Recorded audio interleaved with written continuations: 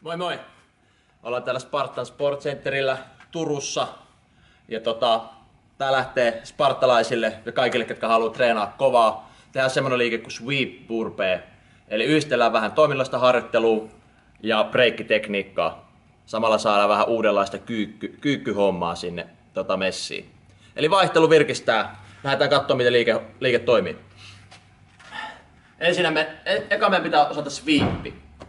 Ja sweepin idea on se, että tehdään toisella jalalla iso ympyrä ja toisella jalalla tehdään yhden jalan kyykky.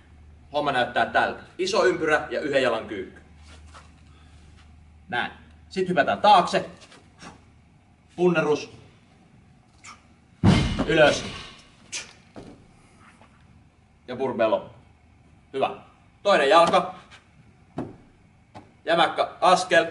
Oikea jalka tekee tällä kertaa ison ympyrän ja laskeudutaan tasaisesti kuin hissillä mentäs. Joillakin on nopeampi hissi, joillakin hitaampi hissi. Näyttää tältä. Eli iso ympyrä ja jalka tuonne linkkuun. Noin. Siellä taas hyppy taakse. Punnerus.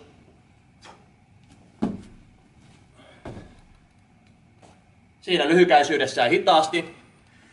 Sitten otetaan vähän vauhtia tähän hommaan. Saadaan näyttää videollakin vähän paremmalta.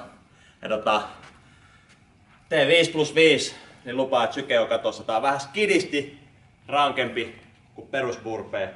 Mut hei, tällä mennään. 5+5, täältä lähtee.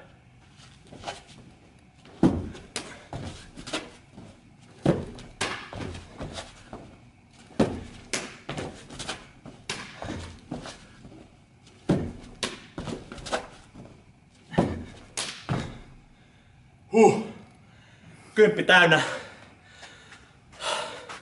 Syke katossa. Se on Johannes Hattunen Hat Solo. SSCT.